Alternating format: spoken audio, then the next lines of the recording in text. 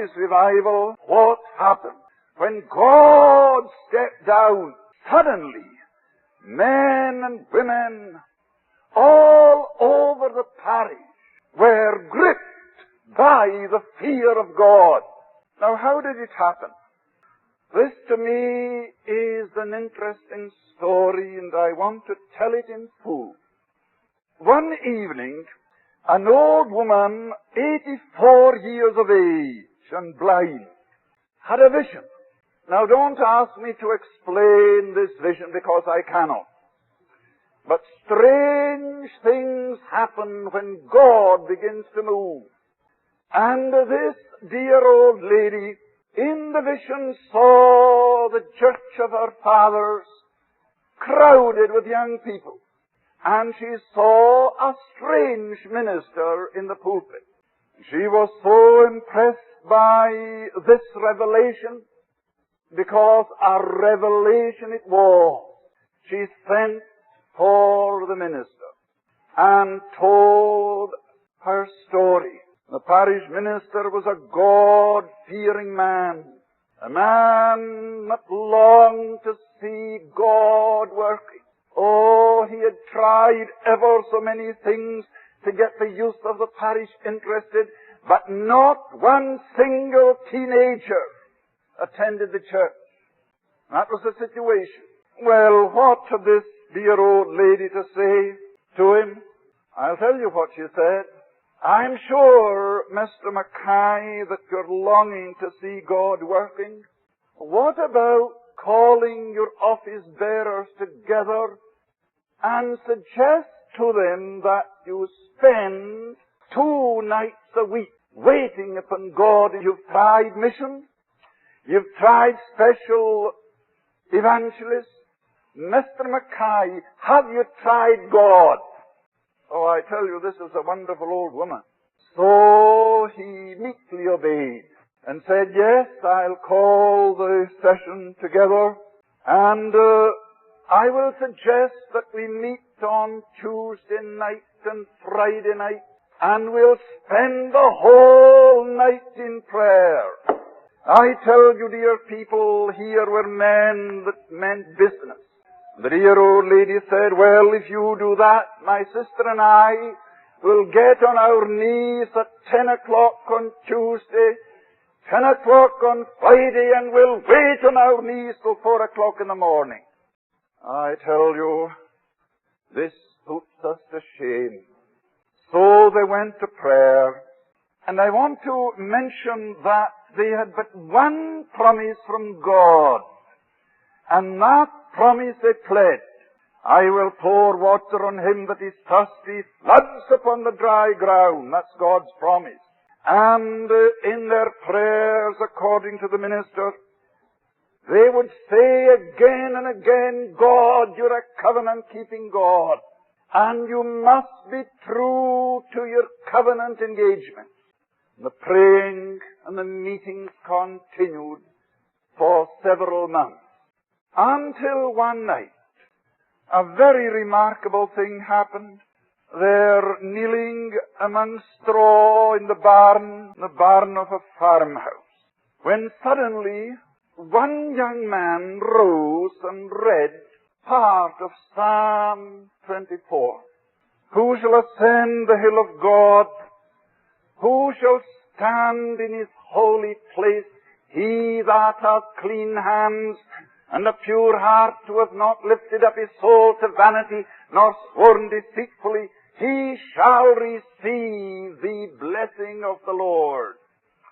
And he shut his Bible, and then looking down at the minister and at the other men who were kneeling there, he said this, rather crude words, not so crude in Gaelic, but this is what he said. Brethren, it seems to me just so much humbug to be praying as we are praying, to be waiting as we are waiting, if we ourselves are not rightly related to God. Oh, my dear brethren, let's take that to heart. He began to pray, God, are my hands clean? Is my heart pure? And that dear man got no further. He fell on his knees, and then on his face among the straw. And within a matter of minutes, 3 of the elders fell into a trance. Now, please don't come to me at the end of this meeting and ask me, what did I really mean by men falling into a trance? I cannot answer that question. All that I know is this, that when that happened in the barn, now it happened in the Jonathan Edwards revival, remember that? Not peculiar by any means to Lewis. It happened in America. It happened in the 59 revival in Wales. Not the 1900 revival, but the 59 revival. But this I can say, the moment that that happened in the barn, a power was let loose in Barvas that shook the whole of Lewis. I say shook Lewis. God stepped down. The Holy Spirit began to move among the people. And the minister, writing about what happened on the following morning, said this: you met God on meadow and moorland. You met Him in the homes of the people. God seemed to be everywhere. What was that? Revival! Revival! Not an evangelist, not a special effort, not anything at all organized on the basis of human endeavor, but an awareness of God that gripped the whole community, so much so that work stopped. What was happening? The people were meeting in groups. Young men would gather in a field and begin to talk about this strange consciousness of God that had gripped the community. In a matter of days, I received a letter inviting me to the island. I was at that time in the midst of a very gracious movement on the island of Skye. It wasn't revival, but men and women were coming to Christ.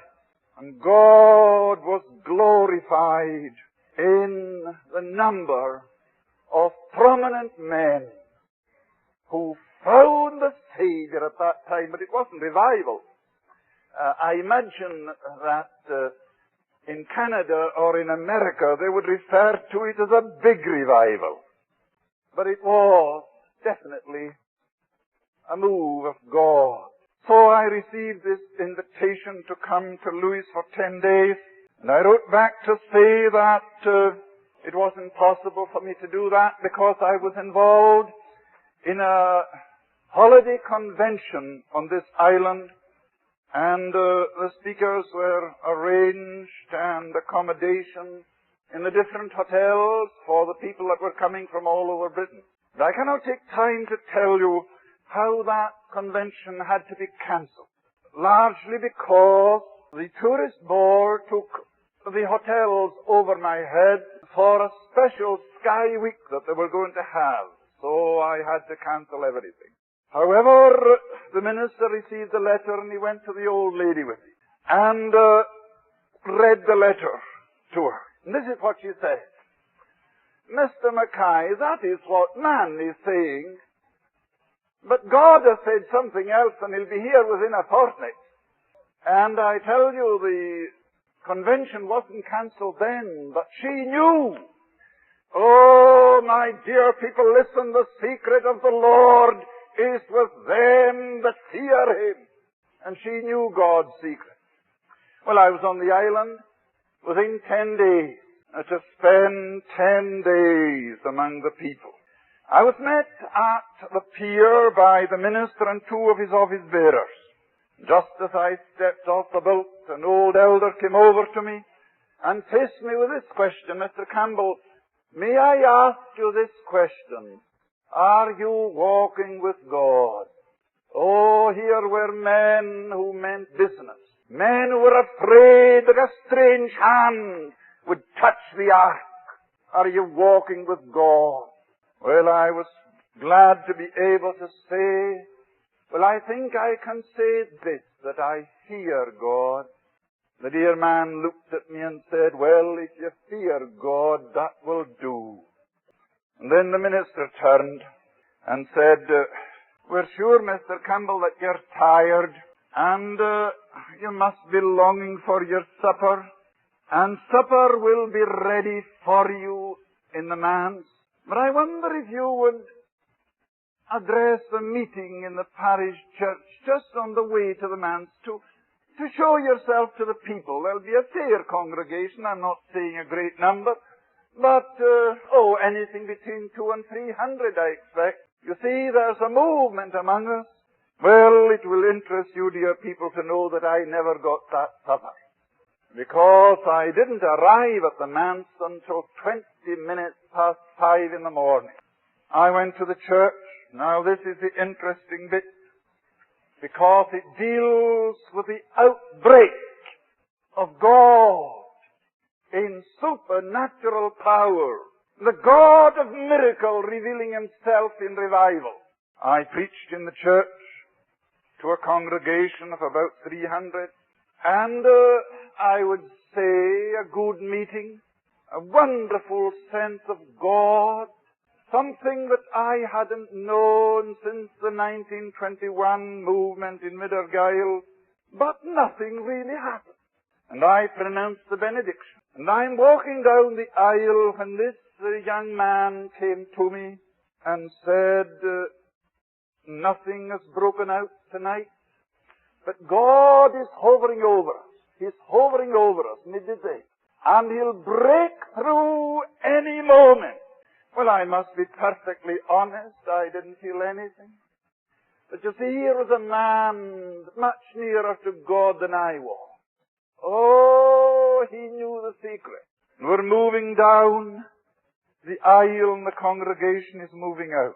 They're all out now except this man and myself.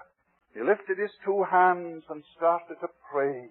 God, you made a promise to pour water on the thirsty and floods upon the dry ground, and you're not doing it. And he prayed,